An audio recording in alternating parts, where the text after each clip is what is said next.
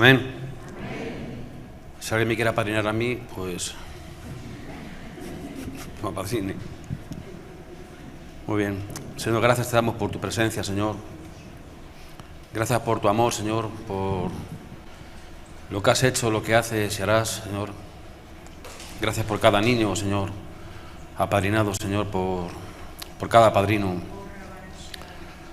por cada gente que colabora, Señor, por todo el mundo, para que la obra siga y permanezca, Señor. Señor, ¿a quién iremos si solo tú tienes palabra de vida eterna, Señor? Por eso nos encomendamos a ti, Jesús, para que tú hagas la obra en cada uno de nosotros, Señor. Para que tú nos moldees, nos enseñes, nos ministres, nos exhortes en todo tiempo, Señor. Para que nos acompañes en cada decisión, en cada situación particular, ministerial o personal que podamos vivir cada uno de los que estamos aquí presentes, Jesús. Que tu gloria se manifieste en nosotros, Señor. En nuestras iglesias, en nuestros hogares, en nuestras vidas, Dios mío. Que tu Espíritu Santo, Señor, pueda reinar por completo, Señor, de la cabeza a los pies, Señor. Te damos la gloria y la honra en el nombre de Jesús. Amén. Y amén. Muy bien. Miren, yo cuando, hace muchos años, luego ya dejé de hacerlo, tanto de soltero como de casado, en todos los lugares donde yo estaba, o bien en la casa o en la oficina, siempre me gustaba tener una pecera. Es decir, tuve peces. Hasta que un día tomé la decisión de no tenerlos por una razón, porque se me morían todos.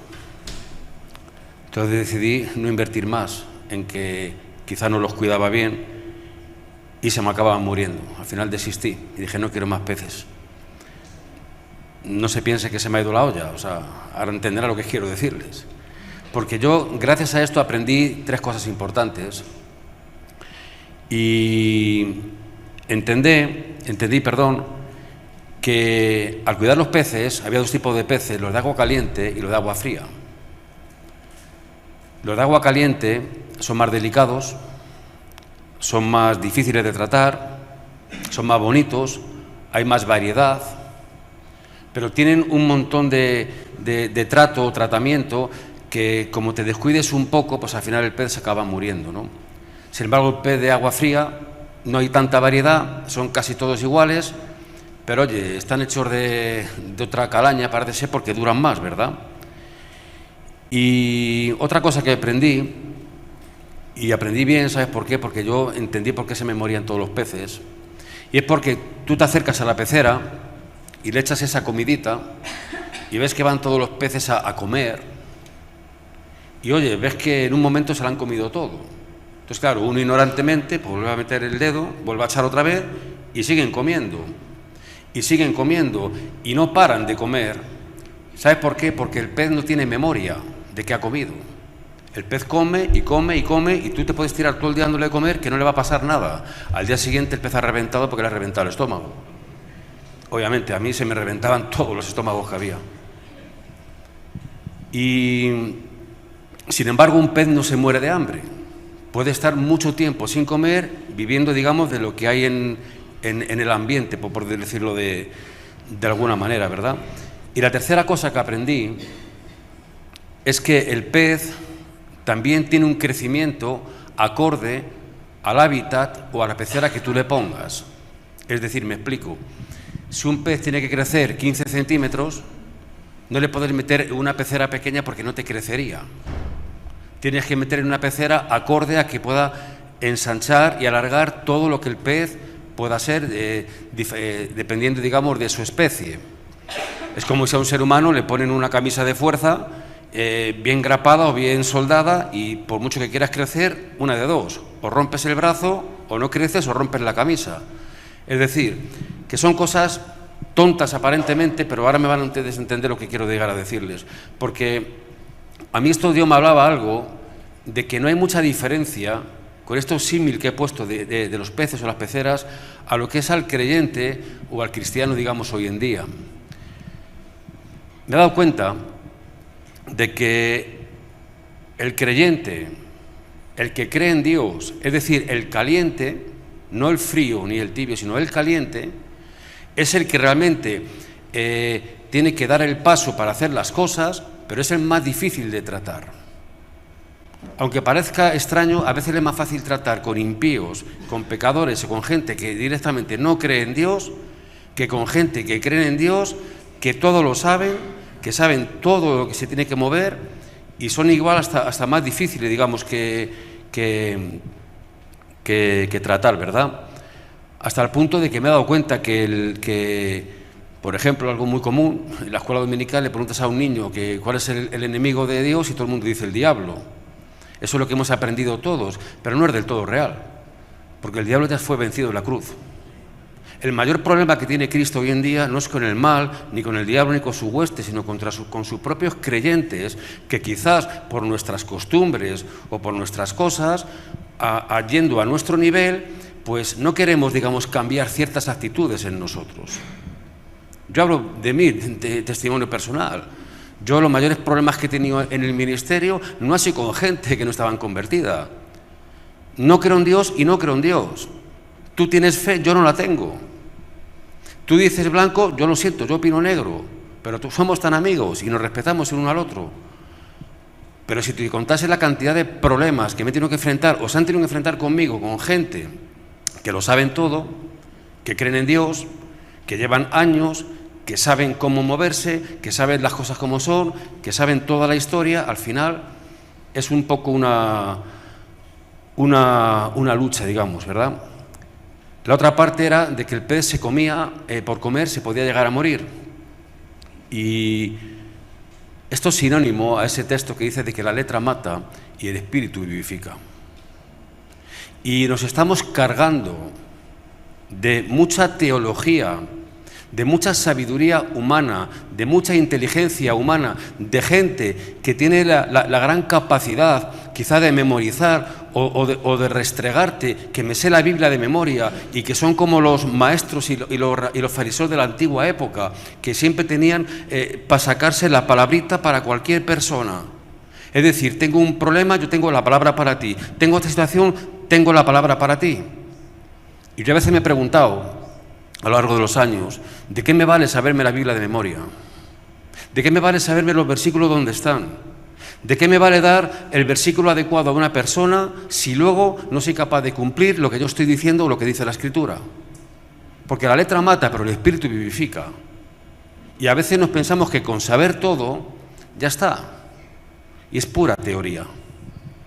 Si tú vas a la autoescuela y te empollas el libro bien leído, que te lo sabes hasta de memoria, está muy bien, pero como luego cojas el coche y no pares en el semáforo en rojo, quizás te vas a dar un golpe con el de enfrente. Hace un tiempo, alguien a nivel testimonial decía, mira lo que sabe hacer mi hijo.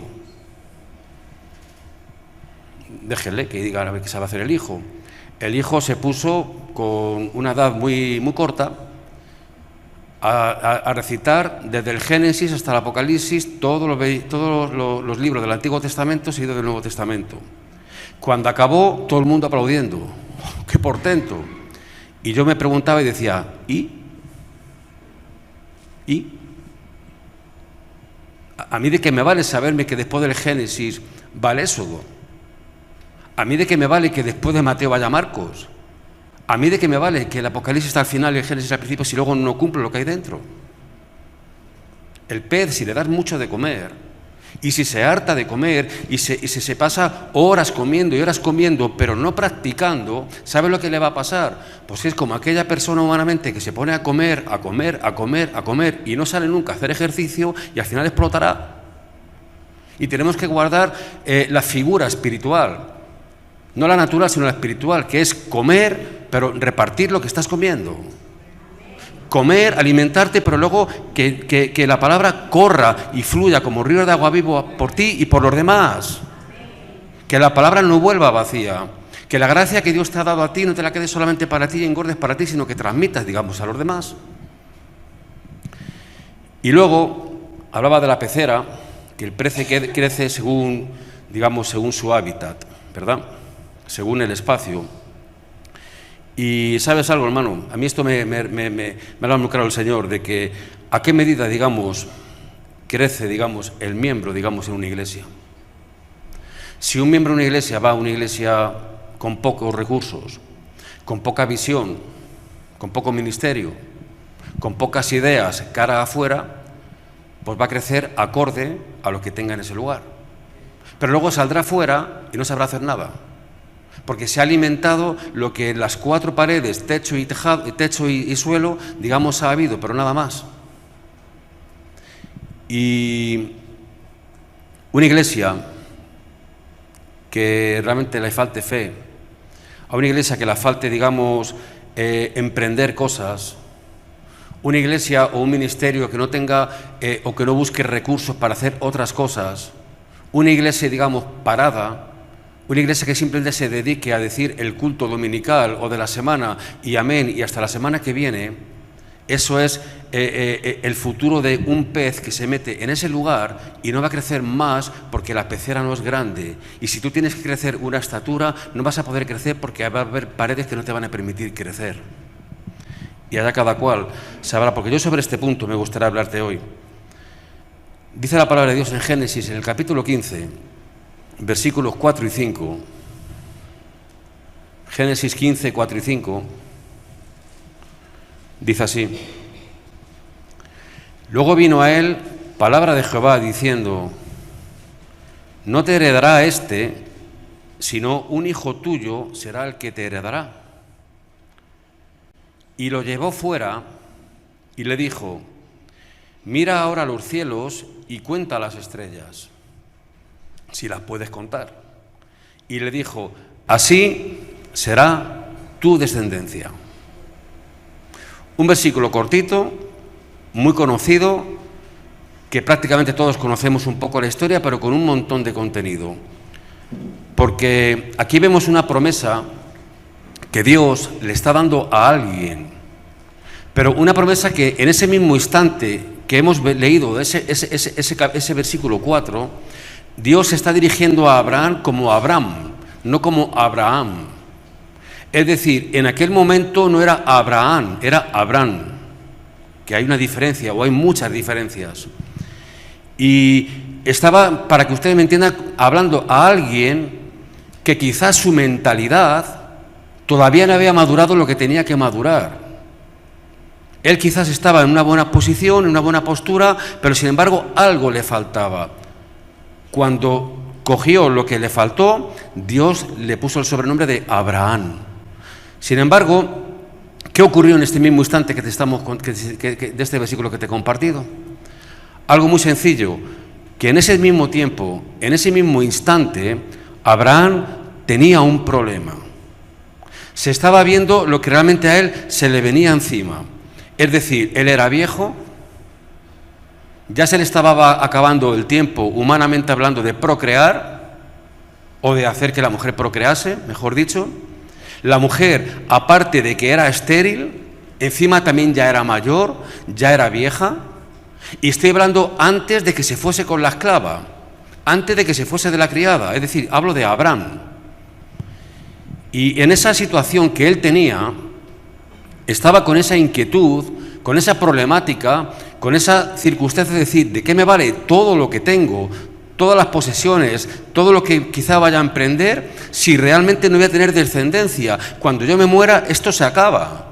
¿Qué voy a hacer? Y hay algo muy curioso aquí. Hay algo muy curioso, que es que Dios le dio una orden quizás encubierta, que quizás ahora, cuando yo la diga, vas a entenderlo mejor. Y es que Dios le dice que lo llevó fuera. Una pequeña parte, una pequeña palabra con mucho contenido. Dice que le dijo: Abraham, sal fuera de donde estás. Mira hacia arriba y ponte, si puedes, a contar las estrellas. Que algunos se ponen a contar ovejas hasta que se quedan dormidos. Y alguien te receta que para dormir bien cuenta ovejitas.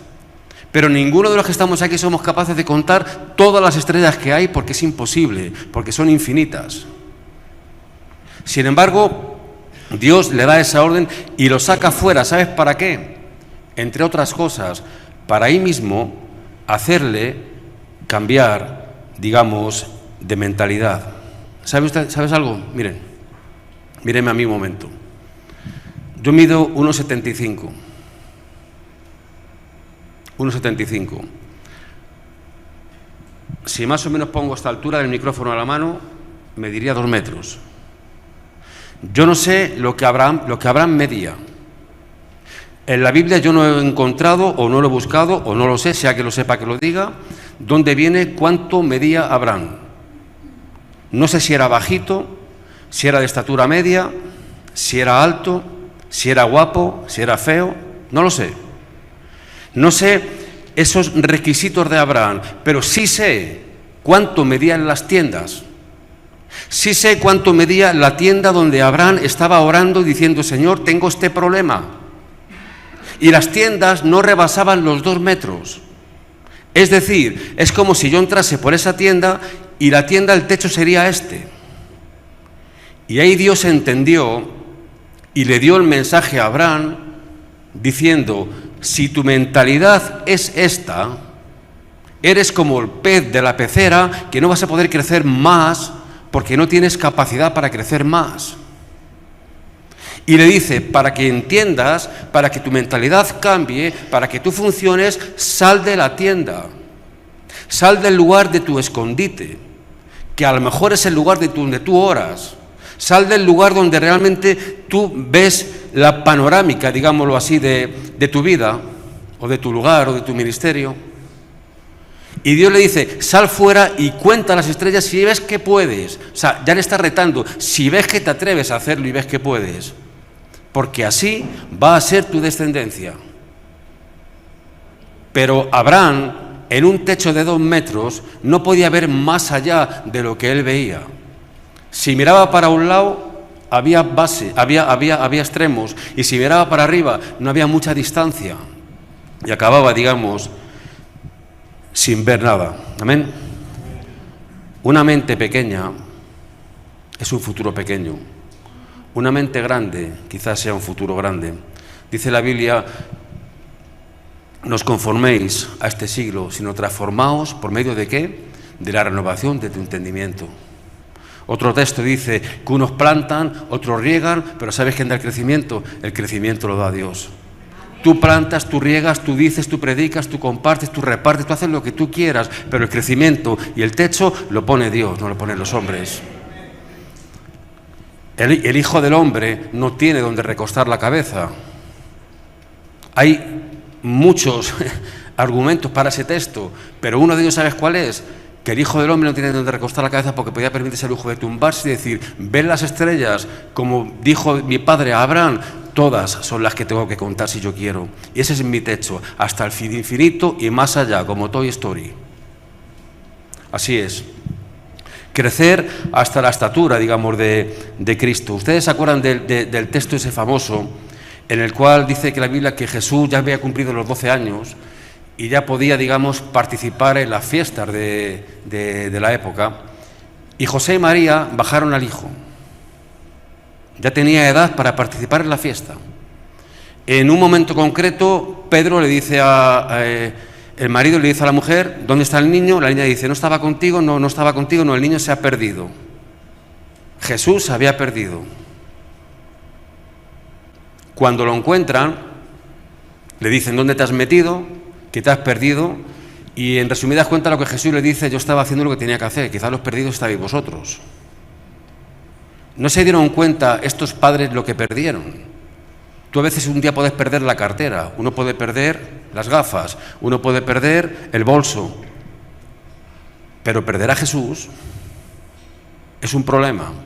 Sin embargo, es curioso que cuando acaba de decir el niño al padre y a la madre: yo estaba en donde tenía que estar, dice que con su edad se tenía que volver de nuevo a casa con el padre y con la madre. Pero que cuando volvía para casa dice que María, la madre, cavilaba y pensaba en las palabras que Jesús había dicho. ¿Y sabes cómo acaba ese texto? Diciendo algo muy importante, que Jesús no solamente crecía en sabiduría, no solamente crecía en estatura, sino en sabiduría y en ciencia. Es decir, nunca dejaba de crecer. El creyente nunca deja de crecer. Yo sé que no voy a crecer más, como mucho a lo ancho. Y de aquí a nada, a lo bajo. Yo sé que no voy a jugar más al baloncesto, porque no he jugado nunca, porque no voy a llegar a la talla, porque no voy a crecer más. Pero tengo claro que Dios me va a dar la palabra abundante cada día, que yo ponga mi voluntad con Él y Él conmigo, yo podré crecer hasta donde, hasta el final de lo que uno quiera, siempre Dios quiera y permita. Sin embargo, hay gente que tiene un techo, que viven como Abraham, metido en su lona, en su tienda de 2 metros, y de ahí no salen. Y pasan los días, las semanas, los meses y los años y siguen en esa tienda, quizás siendo los mejores oradores del mundo y preparando los mejores sermones del mundo, pero realmente no ocurre nada alrededor. Porque Dios le dice, sal de aquel lugar y mira lo que hay, mira la inmensidad de las cosas. O si no, fíjense ustedes algo también curioso, ¿qué pasa con ese paralítico que fue cargado por 4 personas? También tiene muchas similitudes. Y una de ellas es que el milagro, ¿sabes cuándo fue? Cuando alguien abrió un agujero en el techo, cuando realmente pudieron entrar del techo hacia, no de la puerta hacia adentro, sino del cielo, es decir, del tejado hacia el suelo. Ahí Jesús operó e hizo el milagro por la fe de ellos y por la fe, digamos, del paralítico. Amén. Por eso, hermano, te voy a decir que el hábitat o el tope de tu vida, quizás te lo vas a crear tú.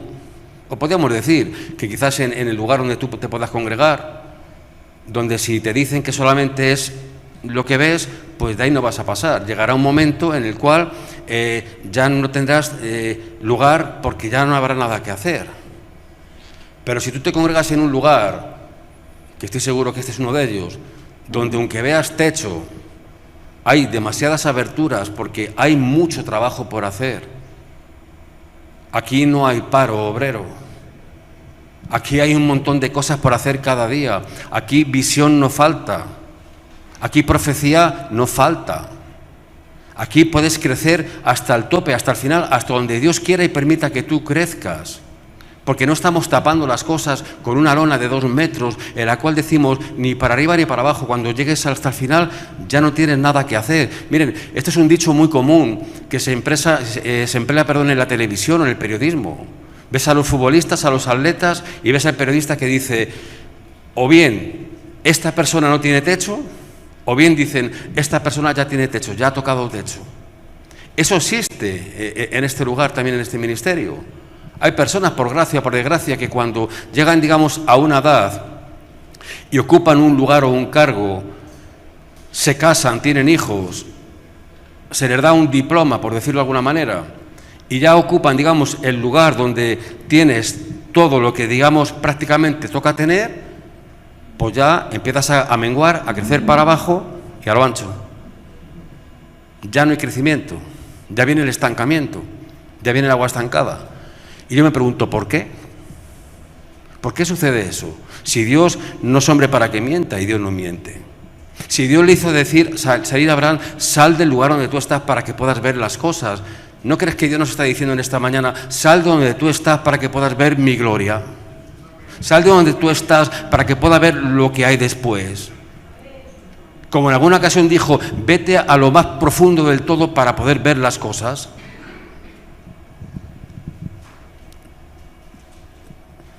Hay un ejemplo que te quiero poner, y es un ejemplo que yo a veces lo enfatizo en el sentido de que me ha tocado vivirlo en varios lugares o en varias situaciones, y es en la cual hay gente que comete el grave error de creerse que su lugar donde él está es lo perfecto. Es decir, la iglesia donde yo estoy, que puede ser un local, como puede ser mi casa, es la perfecta. Es decir, llego al punto hasta que puedo llegar y decir, hoy me he levantado, he ido al culto, he predicado, he orado por la gente, se han convertido unos cuantos, otros han sanado y luego encima he dado de comer a las personas y luego encima después de comer me ha venido un montón de gente a pedir consejería, los he pasado a un despacho, he orado, los he ministrado, se han sanado, han salido incluso algún demonio que otro, han pasado muchas cosas. Y fíjate, vine al culto a las 10 de la mañana y me he ido del culto a las 7 de la tarde y no vas y he hecho cosas y sales por aquella puerta, te montas en el carro, vas a tu casa, te sientas en el sofá diciendo, Señor, qué bendición de hijo tienes. ¿Qué harías tú, Señor, sin mí? fíjate todo lo que yo he hecho. Y te dice el Señor, sí, me he dado cuenta de todo lo que has hecho en la lona de 2 metros que te puse. Pero lo que tú no has visto es que según salías por la puerta había un montón de gente con problemas y según ibas al vecino de enfrente no le diste ni los buenos días en más, no saben ni siquiera que su mujer ha dado a luz cuando ha parido antes de ayer, no conoces la vida del al lado y no te relacionas con nadie. Sin embargo, en tu casa dices, alma, regocíjate porque mira todo lo que estoy haciendo.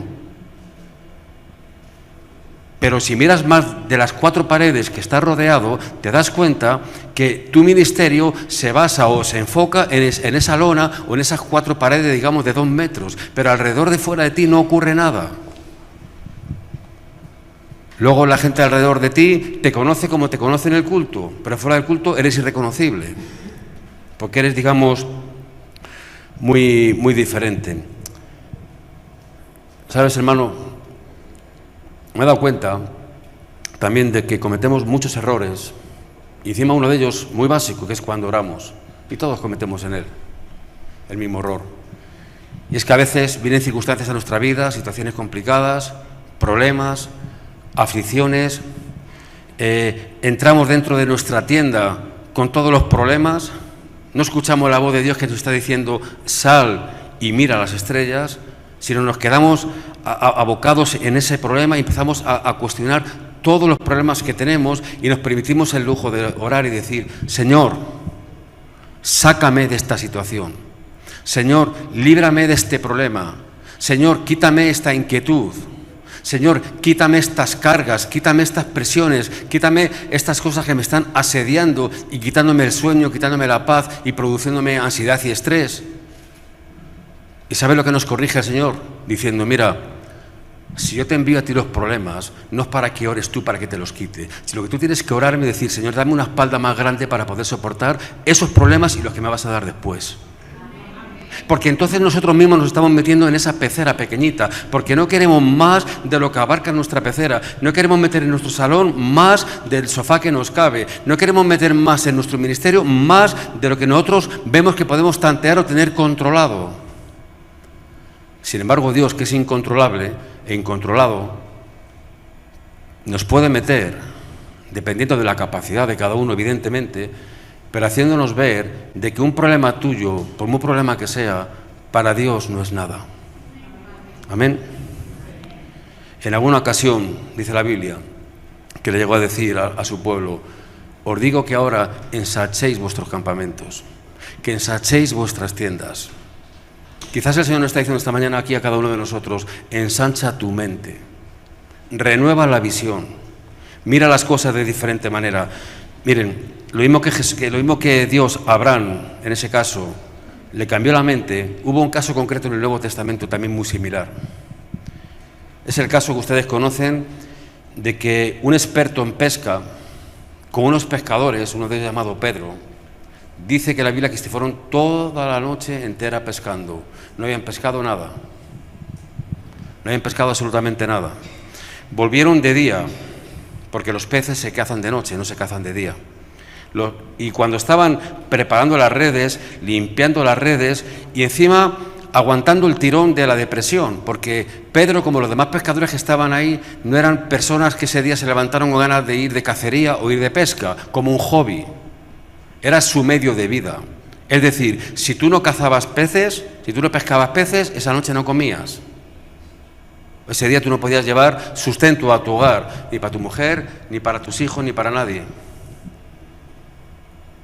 Mientras estaba enmendando las redes, mientras las estaba limpiando, diciendo toda la noche entera sin dormir, ahora voy a mi casa a decir a mi familia que no tengo un pescado que llevar a la boca y encima estoy cansado y me voy a meter en la cama hasta que llegue otra vez la noche para volver a pescar a ver si pesco algo. Aparece un hombre de 30 y tantos años que se llama Jesús, que donde él nació no había ni siquiera agua porque no había mar. Como mucho estudió una escuela de carpintería, aprendiz de carpintero con su padre, no había pescado en su vida, no sabía lo que era una caña de pescar y una red, y le da un mensaje a Pedro, algo también que pasa inadvertido, como cuando Dios le dice a Abraham, sal de la tienda. Jesús, entre todos los pescadores que había ahí, todo el gentío que había alrededor, las barcas que había, se fija en una barca concreta y en un capitán de barca concreto, que es Pedro, y le dice: ¿te importa poner la barca un poco más para allá?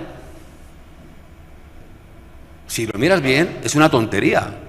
No le dijo pon la barca a 30, 40 metros, simplemente le dijo: ¿te importa poner la barca en vez de ahí aquí? Y Pedro dijo: pues venga, para poco más para acá. Ahí se puso Jesús a ministrar a la gente. Ahí hizo ese culto, digamos, dominical.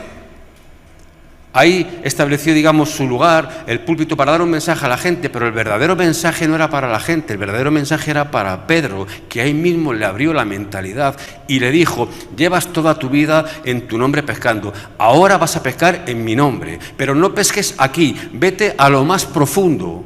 Y escucha el consejo de alguien que no es pescador, escucha el consejo de alguien que sabe que aunque los peces se cacen de noche porque por el día duermen, vete a lo más profundo, que ahí va a estar la pesca.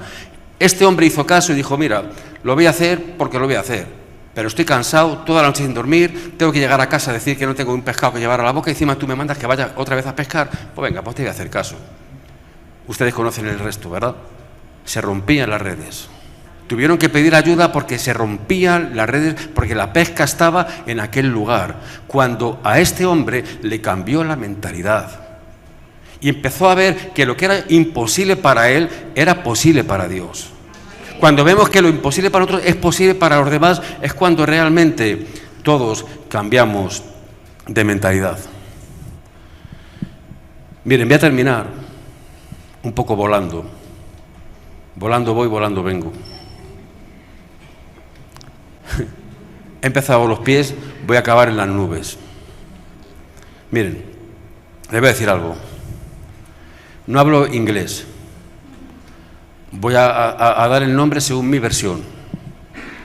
Si yo a ustedes le digo quién es Martin Wright, ¿se dice así? Wright. Es W-R-I-G-H-T. Wright. Ustedes me entienden, ¿no? Vale. Martin Wright era un pastor de hace muchos años que hizo un evento, hizo un congreso, una reunión donde muchos jóvenes se juntaron. Esto es verdad, no es mentira, ¿eh? Y cuando acabó, digamos, de ministrar, de predicar y de hacer lo que buenamente le vino en gana, hizo un llamado para que cualquier joven que estuviese en la sala saliese y testimoniase algo que él quisiese. Entonces un joven levantó la mano y salió. Martin Wright le cedió el micrófono y dijo: habla, que todos te oímos. Este joven estaba tan lleno de Dios, tan en el espíritu, tan fogoso, ¿verdad?, que dijo: porque no hay nada imposible para Dios, porque Dios es el Dios de lo imposible, vamos a hacer miles de cosas en el nombre de Jesús. Es más, seguro que algunos de los que estamos aquí alguna vez, algunos volaremos. Y Martin Wright le agarró el micrófono y dijo: anda, siéntate un poquito, majo. Y le dijo: que sepas que lo que acabas de decir es una tontería, porque ese don solamente Dios se lo ha dado a los ángeles. Los hombres ni vuelan ni nunca podrán volar. Si yo dijese amén, dirían: vale. Pero luego viene más. Este hombre, Martin Wright, casado con su esposa, tuvo hijos. Ustedes saben que los dos hijos que tuvo Martin Wright eran los hermanos Wright, aquellos que inventaron el vuelo y volar. Las primeras dos personas que volaron en el mundo fueron ellos, los hijos de su padre que recriminó al muchacho. Porque para Dios no hay nada imposible. No hay nada imposible. Dios es capaz de hacer cosas que ni tú ni yo nos podemos llegar a imaginar. Y ahora me voy a meter en un pequeño charco, pero solamente poquito, para que no me juzguen. Hay preguntas que a veces nos hacen, de aquellas que todo el mundo evitamos responder. Hay varias, pero hay una en particular que cuando alguna vez nos preguntan, pues siempre intentamos evadirlas, porque no tenemos quizás la sabiduría para enfrentarlas, ¿no? A mí me preguntaron: ¿usted cree en los ovnis? Hay muchas versiones. Marcianos, extraterrestres, alienígenas, ángeles caídos. señales, etcétera, etcétera, etcétera. Entonces yo un día que alguien me preguntó eso, yo tuve la sagacidad, o ese día me pilló con ganas de risas, y me vino un poco a la mente, me imagino que me vendría a mí de esas cosas que me vienen de vez en cuando, y dije, pues yo sí creo en los ovnis. Y se me quedó mirando con cara extraña, y le dije, vamos a ver, ¿cuál es el significado de la palabra ovni?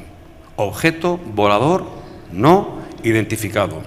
Y yo le dije, yo el otro día, viendo la televisión, vi cómo hubo un huracán, no sé dónde, en qué ciudad o en qué lugar de Estados Unidos, y he visto en el telediario una vaca volando. Y si yo soy el controlador del aeropuerto de Minnesota o de Los Ángeles, donde digo, el vuelo 747 destino a California sale, el vuelo 747 a las Canarias sale ahora, esta vaca volando no viene en el mapa.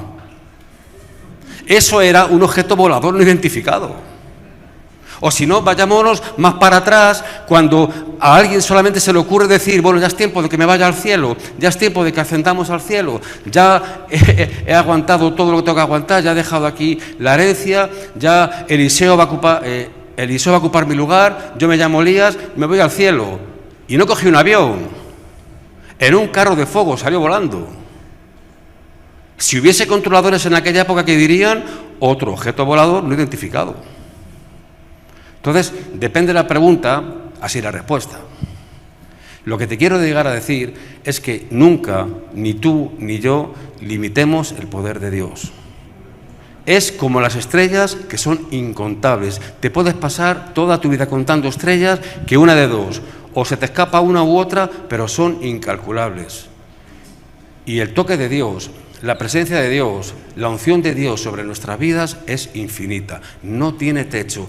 Pablo decía, yo no pretendo haber alcanzado nada, yo prosigo hacia la meta, sabiendo y siendo consciente de que no había llegado todavía al final, aunque para todo lo de alrededor él ya había llegado al final. Él reconocía que Dios es ilimitado, es infinito. Amén.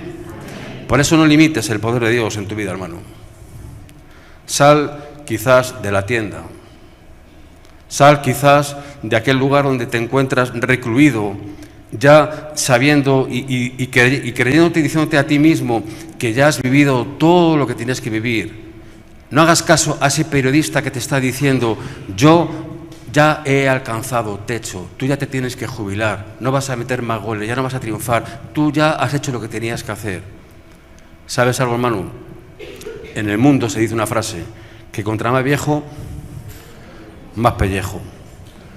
Y los seres espirituales, te voy a decir una cosa, contra más maduros, más viejos, más fresquitos, más unción.